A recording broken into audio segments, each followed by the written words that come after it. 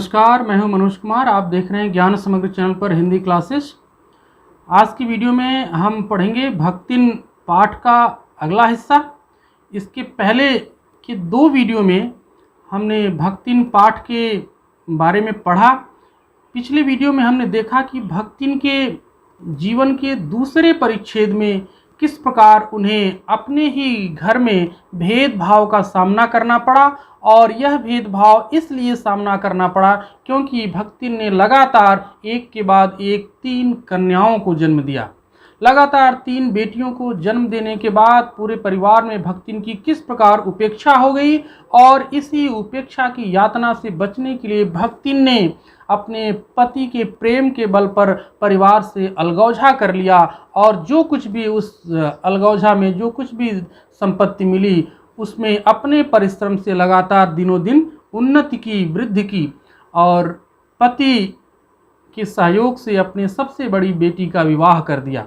लेकिन भक्तिन का दुर्भाग्य था कि जल्दी ही उनके पति की मृत्यु हो गई। पति की मृत्यु के बाद जेठ जेठैतों ने भक्तिन के संपत्ति पर कब्जा जताने के लिए ये इच्छा व्यक्त की कि भक्तिन शादी करके वो कहीं और चली जाएं। लेकिन भक्ति ने आजीवन विधवा रह करके संपत्ति की सुरक्षा करने की ठानी, और अपने सबसे बड़ी बेटी के पति यानी अपने बड़े दामाद को घर जमाई बना करके सुरक्षित धन की सुरक्षा के लिए अपने ही घर में रख लिया। अब भक्तिन के जीवन का तीसरा परिच्छेद देखते हैं। लेखिका यहाँ वर्णन करती है कि भक्तिन का दुर्भाग्य भी उससे कम हठी नहीं था। इसी से किशोरी से युवती होते ही बड़ी लड़की भी विधवा हो गई।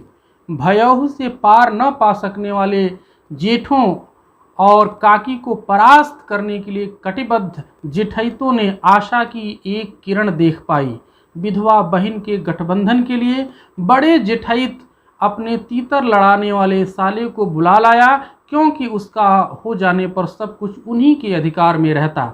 भक्तिन की लड़की भी माँ से कम समझदार न थी, इसी से उसने वर को नापसंद कर दिया, और बाहर के बहनोई का आना चचेरे भाइयों के लिए सुविधाजनक नहीं था। अतः यह प्रस्ताव जहाँ का तहाँ रह गया।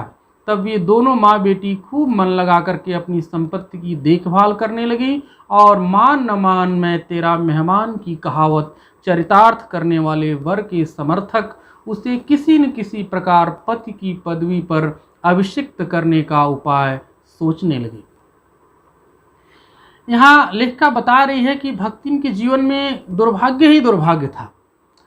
उनके जीवन का तीसरा परिच्छेद या तीसरा चरण भी वो कम दुखदाई नहीं था, यानी उनके दुखों का अंत होने वाला नहीं था। जीवन के दूसरे परिच्छेद में तो खुद उनके अपने पति की मृत्यु हो गई, और इसके बाद उन्होंने अपने जायदाद की, अपनी संपत्ति की सुरक्षा के लिए अपने बड़े दामाद को घर जमाई बनाकर रखा। लेकिन जीवन के तीसरे परिच्छेद में कुछ ही दिनों के बाद वो बड़ा दामाद भी चल बसा, यानी उनकी बड़ी बेटी भी विधवा हो गई। दामाद की जैसे ही मृत्यु हुई उसके बाद फिर वही पहले वाली स्थिति आ गई। अब घर की संपत्ति का कोई पुरुष मालिक नहीं रहा। एक बार पुनः भक्तिन के जेठ और जेठैतों के मुंह में फिर से पानी आने लगा। फिर उनको एक उम्मीद की किरण नजर आई।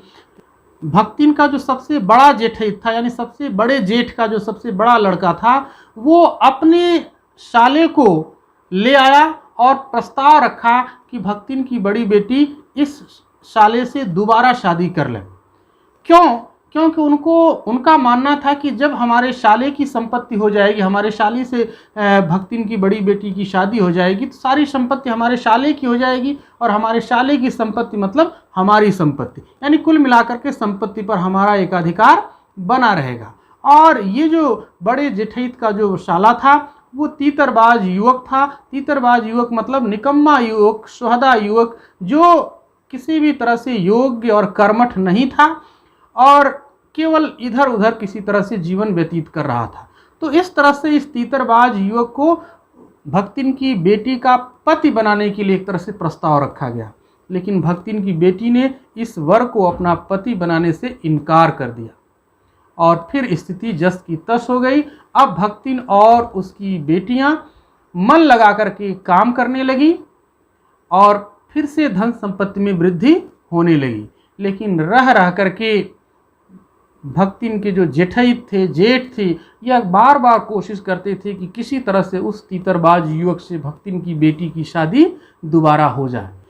बाहर से किसी और को अगर लाया जाता या भक्तिन की बेटी किसी और पुरुष से शादी करती तो निश्चित रूप से यह घर की संपत्ति जो है किसी दूसरे के हाथ लग जाती, दूसरे के पास चली जाती। इसलिए किसी दूसरे से शादी होने का कोई प्रस्ताव नहीं रखा गया, बल्कि बार बार जेठैत जो है अपने साले को ही ले आता था कि इसी से शादी करनी है। लेकिन भक्तिन की बेटी ने उस तीतरबाज युवक से शादी करने से इनकार कर दिया। आगे लेखिका बताती हैं कि एक दिन मां की अनुपस्थिति में, चूंकि बार बार भक्तिन की बेटी की शादी की कोशिश की जा रही थी और कोई न कोई षड्यंत्र करके जेठैत ये चाहते थे कि तीतरबाज युवक से शादी हो जाए भक्तिन की, इसके लिए एक षड्यंत्र रचा गया। क्या षड्यंत्र रचा गया? एक दिन मां की अनुपस्थिति में वर महाशय ने बेटी की कोठरी में घुसकर भीतर से द्वार बंद कर लिया और उसके समर्थक गांव वालों को बुलाने लगे। युवती ने जब इस डकैत वर की मरम्मत कर कुंडी खोली तब पंच बेचारे समस्या में पड़ गए। तीतरबाज युवक कहता था कि वह निमंत्रण पाकर भीतर गया था और युवती उसके मुख पर अपने 5 उंगलियों के उभार में इस निमंत्रण के अक्षर पढ़ने का अनुरोध करती थी। अंत में दूध का दूध पानी का पानी करने के लिए पंचायत बैठी और सबने सिर हिला हिलाकर समस्या का मूल कारण कलयुग को स्वीकार किया। अपीलहीन फैसला हुआ कि चाहे उन दिन दोनों में एक सच्चा हो चाहे दोनों झूठे, पर वे जब एक कोठरी में से निकले हैं तब उनका पति पत्नी के रूप में रहना ही कलयुग के दोषों का परिवारजन कहा जा सकता है। अपमानित बालिका ने होठ काट कर लहू निकाल लिया और माँ ने आग्नेय नेत्रों से गले पड़े दामाद को देखा। संबंध कुछ सुखकर नहीं हुए, क्योंकि दामाद अब निश्चिंत होकर तीतर लड़ाता था और बेटी विवश क्रोध से जलती रहती थी। इतने यत्न से संभाले हुए गाय ढोर खेती बाड़ी सब पारिवारिक द्वेष में ऐसे झुलस गए कि लगान अदा करना भी भारी हो गया। सुख से रहने की कौन कहे। अंत में एक बार लगान न पहुंचने पर जमींदार ने भक्तिन को बुलाकर दिन भर कड़ी धूप में रखा। यह अपमान तो उसकी कर्मठता में सबसे बड़ा कलंक बन गया। अतः दूसरे ही दिन भक्तिन कमाई के विचार से शहर आ पहुंची। षड्यंत्र रचा गया। एक दिन घर में भक्तिन नहीं थी, उनकी बेटी अकेले थी। तो जिस तीतरबाज युवक को भक्तिन का पति बनाने का बार बार प्रस्ताव दिया जा रहा था, वह तीतरबाज युवक भक्तिन के घर में उसकी बेटी को अकेला पाकर के घुस गया और अंदर से इधर बाहर जो समर्थक थे यानी जेठ और जेठैत थे वो तो यही चाहते थे। उन्होंने बाहर से कुंडी लगा दी, दरवाज़ा बंद कर दिया और गांव वालों को बुला लिया और कहा कि देखो ये लड़की जो है वैसे तो शादी करने से इस युवक से इनकार करती है, लेकिन आज ये दोनों एक ही साथ इस घर में पाए गए हैं। अब वहाँ भीड़ इकट्ठा हो गई। उसके बाद दरवाज़ा खुला तो भक्तिन की बेटी अब उस युवक के गाल पर अपने तमाचे मारते हुए उसे बाहर लेकर के आई। युवक ने भीड़ के सामने कहा कि मैं तो इस घर में इस लड़की के बुलाने पर गया था, लेकिन भक्तिन की बेटी ने कहा कि अगर मेरे बुलाने पर गया होता तो इसके गाल पर मेरे उंगलियों के तमाचे के निशान क्यों होते। यानी भक्तिन की बेटी कह रही थी कि मैंने नहीं बुलाया, इसने ये ज़बरदस्ती हमारे घर में आ गया, जबकि युवक कहता कि मुझे निमंत्रण मिला था, मुझे इसने बुलाया था तब मैं घर में गया। और अंत में कौन सच है कौन झूठा है इस पर निर्णय करने के लिए गांव की पंचायत बुलाई गई। उन दिनों गांव की पंचायत का निर्णय ही सर्वमान्य होता था। सामान्य रूप से गांव की पंचायत के विरुद्ध कहीं कोई अपील नहीं होता था। पंच लोग बैठे, फैसला हुआ। दोनों अपनी अपनी बात कह रहे थे, लेकिन कौन सच है कौन झूठा है इसकी सही पड़ताल नहीं हो सकी। अंत में पंचों ने ये माना कि किसी का दोष नहीं है, ये घोर कलयुग का दोष है। यानी इस पूरे घटनाक्रम को घोर कलयुग का दोष माना गया कि घोर कलयुग आ गया है, तभी ऐसी परिस्थितियां पैदा हो रही हैं। और अंत में एक अपीलहीन फैसला सुनाया। फैसला क्या सुनाया? फैसले में कहा गया कि चाहे लड़की सच बोल रही हो या लड़का सच बोल रहा हो, चाहे दोनों झूठ बोल रहे हों, लेकिन चूंकि लड़का और लड़की दोनों एक कमरे में पाए गए हैं तो उचित यही होगा कि आज से ये दोनों पति पत्नी के रूप में एक साथ रहें और दोनों का विवाह कर दिया जाए। इस प्रकार न चाहते हुए भी भक्तिन की बेटी को उस तीतरबाज युवक से शादी करनी पड़ी, जिसके कारण उसके क्रोध की कोई सीमा न रही। उसने क्रोध से, गुस्से से अपने होठ काट लिए और भक्तिन को भी न चाहते हुए भी एक दामाद गले पड़ गया। अर्थात उस गले पड़े दामाद को भक्तिन ने भी अपने आग्नेय नेत्रों से अर्थात क्रोधित आंखों से देखा और न चाहते हुए भी दोनों ने उस युवक को स्वीकार किया और दोनों की शादी हो गई। परिणाम क्या हुआ? जब पति और पत्नी में आपसी तालमेल नहीं होगा तो परिणाम निश्चित रूप से इसका दुखद होगा। तीतरबाज युवक आराम से तीतर लड़ाता था, इधर उधर समय पास करता था, गप्पे लड़ाता था, घर का कोई काम नहीं करता था और पत्नी जो है गुस्से से दिन रात जलती भुनती रहती थी। परिवार में कलह मच गया। इस कलह का परिणाम यह हुआ कि जो बड़ी मुश्किल से धन संपत्ति भक्ति और उसकी बेटी ने इकट्ठा किया था, सजाया था, संवारा था, वो उस धन संपत्ति में धीरे धीरे गिरावट आने लगी। परिवार की हालत दिनों दिन खस्ता हाल होने लगी। गरीबी इस हद तक पहुंच गई कि जमींदार का लगान चुकाने तक की हैसियत नहीं रही और एक बार जमींदार का लगान न समय से चुकाए जाने के कारण जमींदार ने भक्तिन को बुलाया और उन्हें दिन भर धूप में खड़े रहने की सज़ा सुनाई।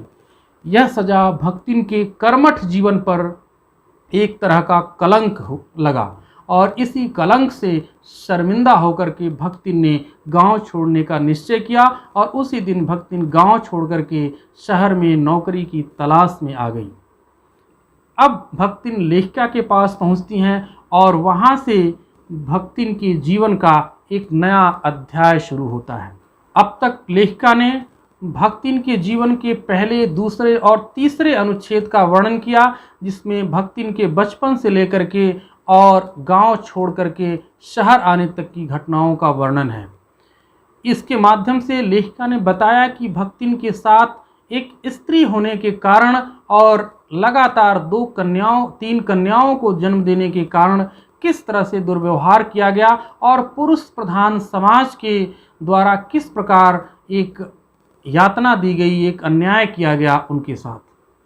अब लेखिका बता रही है लेखिका के साथ रहते हुए भक्तिन का जीवन कैसा था, इसका वर्णन लेखिका कर रही है। आइए देखते हैं अगला पैराग्राफ।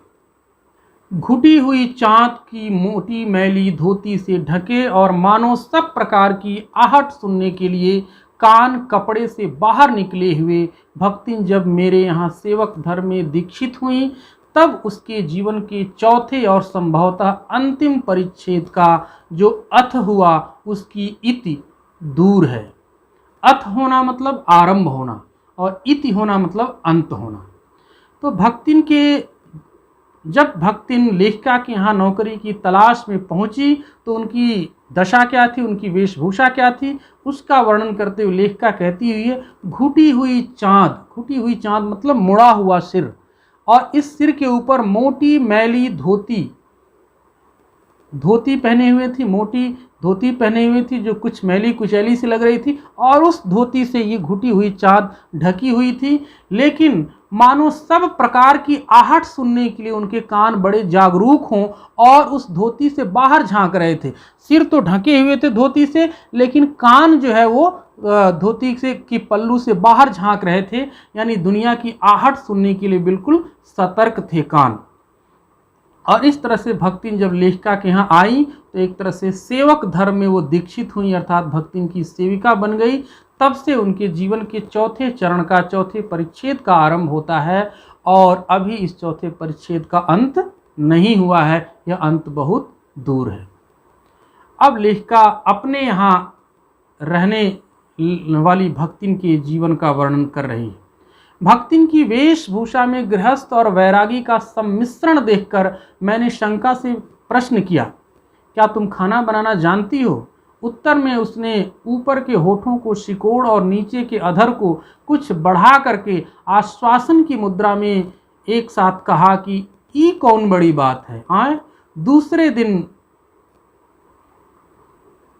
भक्तिन की वेशभूषा में गृहस्थ और वैरागी का सम्मिश्रण देखकर मैंने आशंका से प्रश्न किया कि क्या तुम खाना बनाना जानती हो। उत्तर में उसने ऊपर के होठ को सिकोड़ और नीचे के अधर को कुछ बड़ा कर आश्वासन की मुद्रा के साथ कहा, ई कौन बड़ी बात। आए रोटी बनाए जानित हैं, दाल रांध लेत हैं, साग सब्जी छौंक सकित हैं और बाकी का रहा। दूसरे दिन तड़के ही सिर पर कई लोटे औंधा कर उसने मेरी धुली हुई धोती जल के छींटों से पवित्र कर पहनी और पूर्व के अंधकार और मेरी दीवार से फूटते हुए सूर्य और पीपल का 2 लोटे जल से अभिनंदन किया। 2 मिनट नाक दबाकर जप करने के उपरांत जब वह कोयले की मोटी रेखा से अपने साम्राज्य की सीमा निश्चित कर चौके में प्रविष्ट हुई, तब मैंने समझ लिया कि इस सेवक का साथ टेढ़ी खीर है। अपने भोजन के संबंध में नितांत वीतराग होने पर भी मैं पाक विद्या के लिए परिवार में प्रख्यात हूँ और कोई भी पाक कुशल दूसरे के काम में नुक्ताचीनी किए बिना नहीं रह सकता।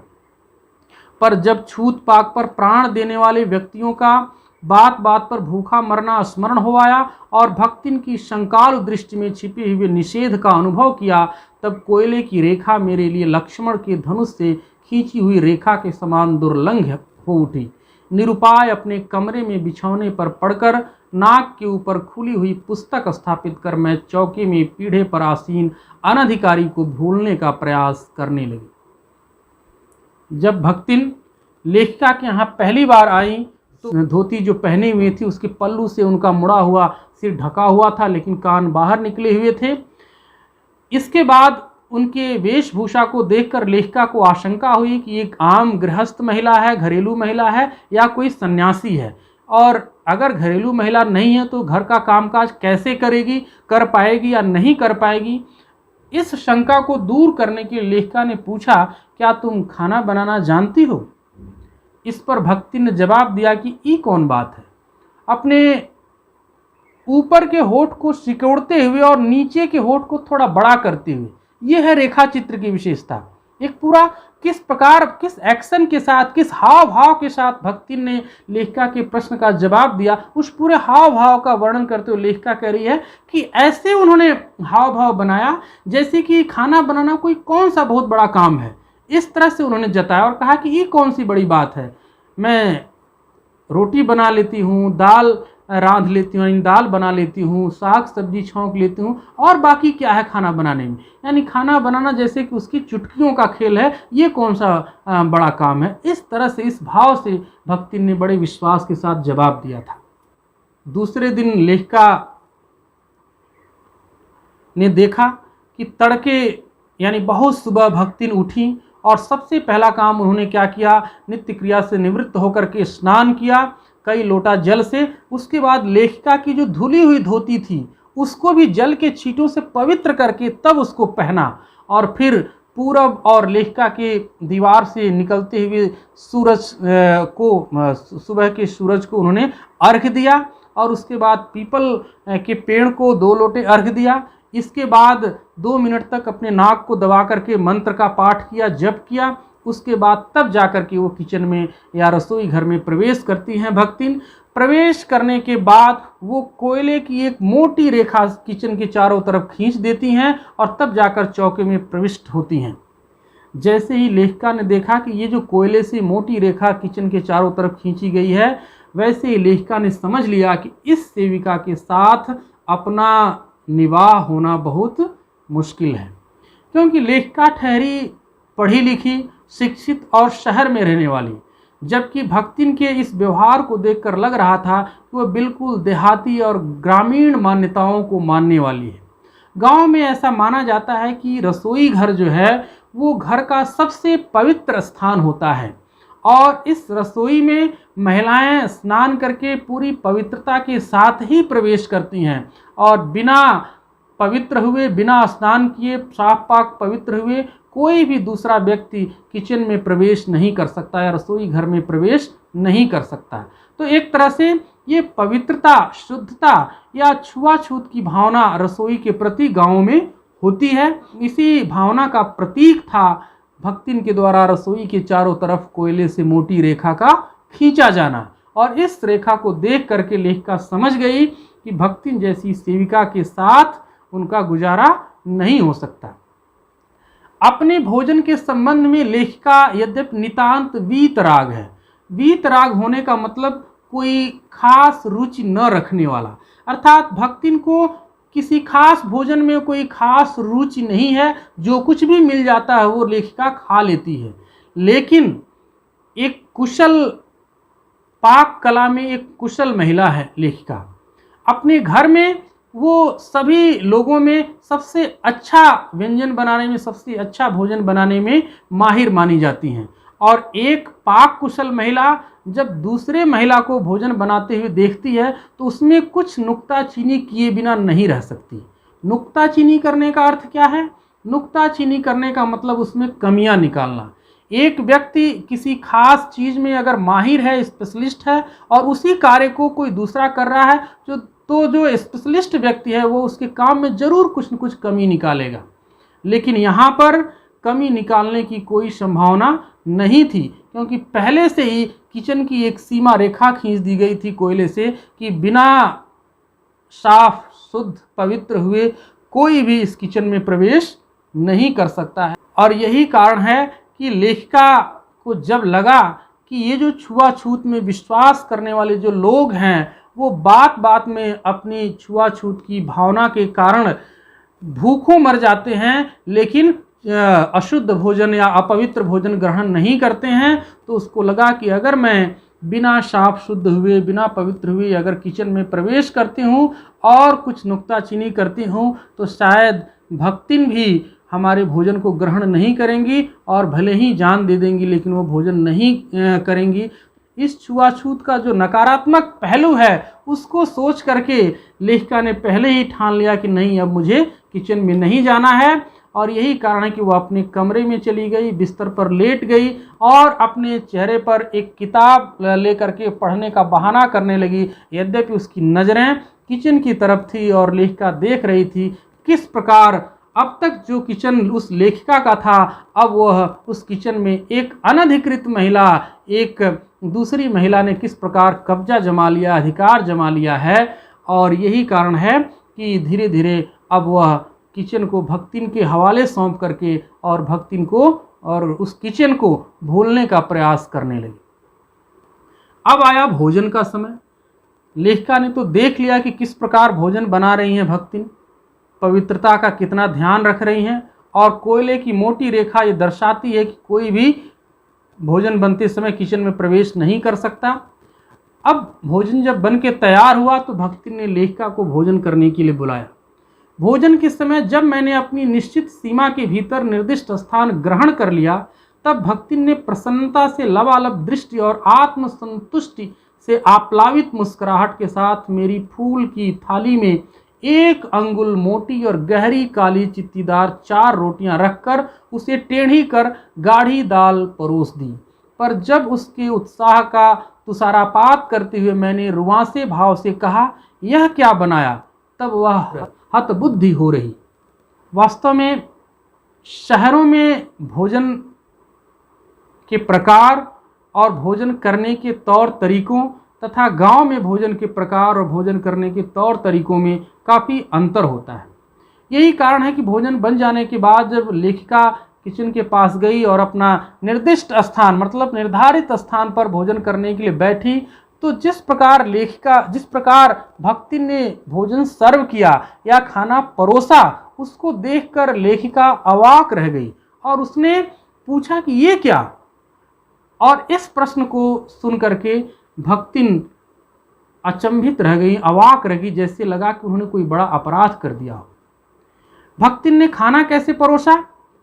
लेखिका कह रही है कि बड़े प्रसन्नता पूर्वक लबालब दृष्टि से, यानी खुशी से लबालब दृष्टि से और बड़े ही आत्मसंतुष्टि भाव से एक मुस्कुराहट के साथ भक्तिन ने खाना परोसा। उनको लगा कि मैंने अपने हिसाब से बहुत अच्छा खाना बनाया है और आज मेरे खाना बनाने को देख करके, मेरे हाथ का खाना खा करके लेखिका या मेरी मालकिन खुश हो जाएंगी। इस कॉन्फिडेंस के साथ उन्होंने खाना परोसा।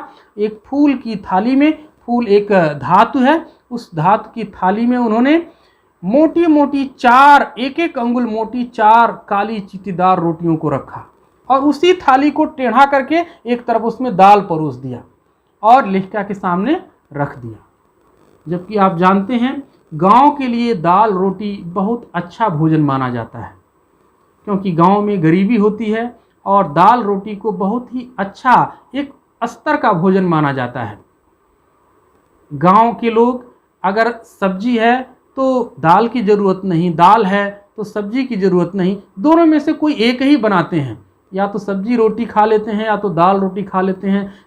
कई तरह के व्यंजन बनाने और खाने का प्रचलन गांव में नहीं है, क्योंकि गांव में उतनी व्यवस्था नहीं होती है, गरीबी होती है। लेकिन शहरों में दाल चावल रोटी सब्जी चटनी रायता और बहुत सारे व्यंजन एक साथ परोसे जाते हैं।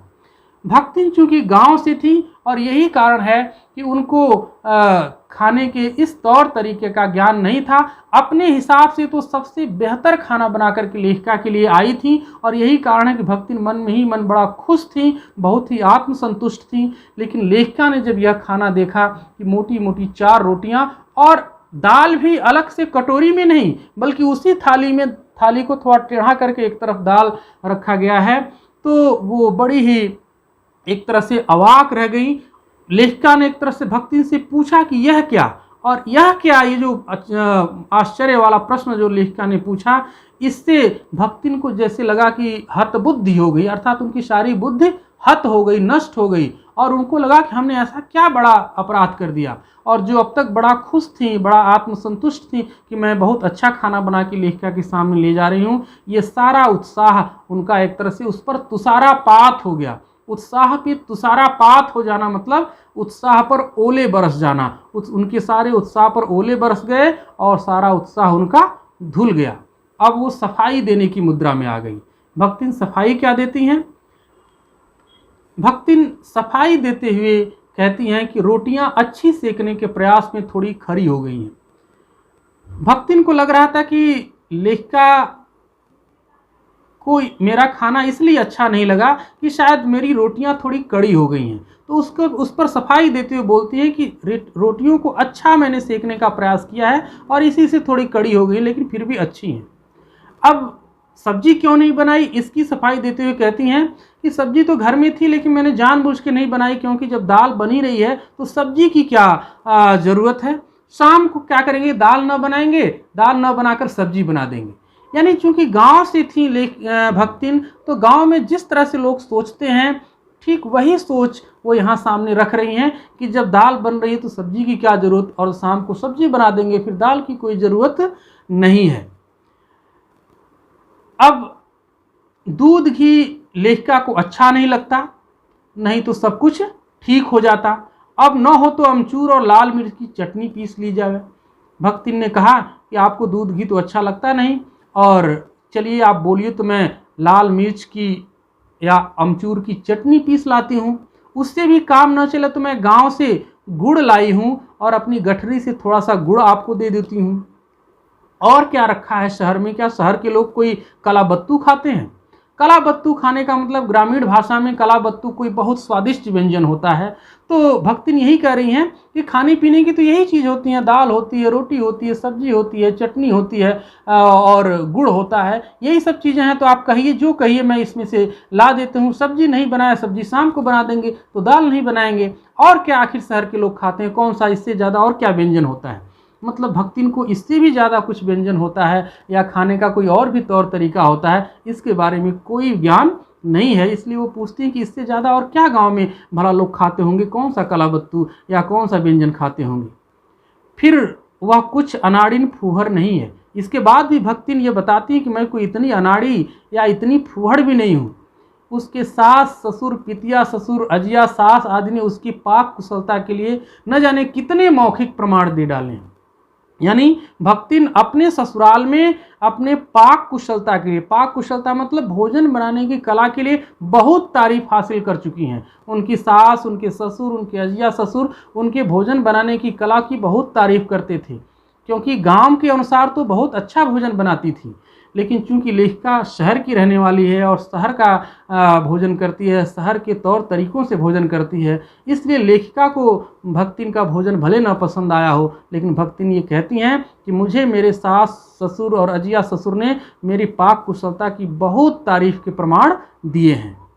भक्तिन के इस सारगर्भित लेक्चर का प्रभाव यह हुआ कि मैं मीठे से विरक्ति के कारण बिना गुड़ के और घी से अरुच के कारण रूखी दाल से एक मोटी रोटी खाकर बहुत ठाठ से यूनिवर्सिटी पहुंची और न्याय सूत्र पढ़ते पढ़ते शहर और देहात के जीवन के इस अंतर पर विचार करती रही। अंत में लेखिका ने हार मान करके किसी तरह से एक रोटी उस दाल से खाई। गुड़ उसको अच्छा नहीं लगता, घी दूध उसको पसंद नहीं है, इसलिए दाल से किसी तरह से एक रोटी खाई और फिर जो है अपने विश्वविद्यालय में चली गई। वहाँ पुस्तकालय में बैठ कर के न्याय सूत्र नामक एक ग्रंथ पढ़ने लगी और साथ में यह विचार करने लगी कि आखिर ज़िंदगी तो एक ही है, लेकिन गांव की ज़िंदगी और शहर की ज़िंदगी में कितना अंतर होता है। इस अंतर पर गंभीरतापूर्वक विचार करने लगी। तो इस तरह से आज की वीडियो में बस इतना ही। अगले वीडियो में हम पढ़ेंगे कि भक्तिन के जीवन के कुछ और पहलुओं के बारे में, जिनसे उनके व्यक्तित्व की कई सारी विशेषताएं उजागर होती हैं।